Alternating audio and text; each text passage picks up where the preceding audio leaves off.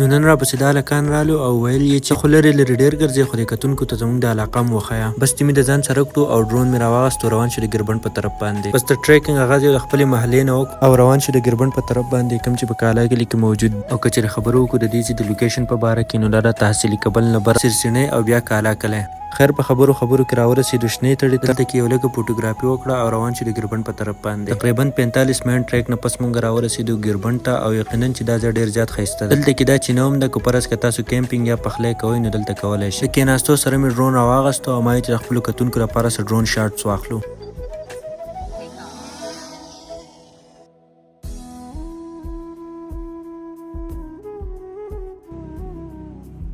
امید لرم چې تاسو به شارټ خوښ شوي او د ټریول لاګ دپاره ما فالو کړئ. نور پرېوتی او مونږ هم د کور په طرف باندې روان شو د بل لاګه پورې د لوی الله په امان.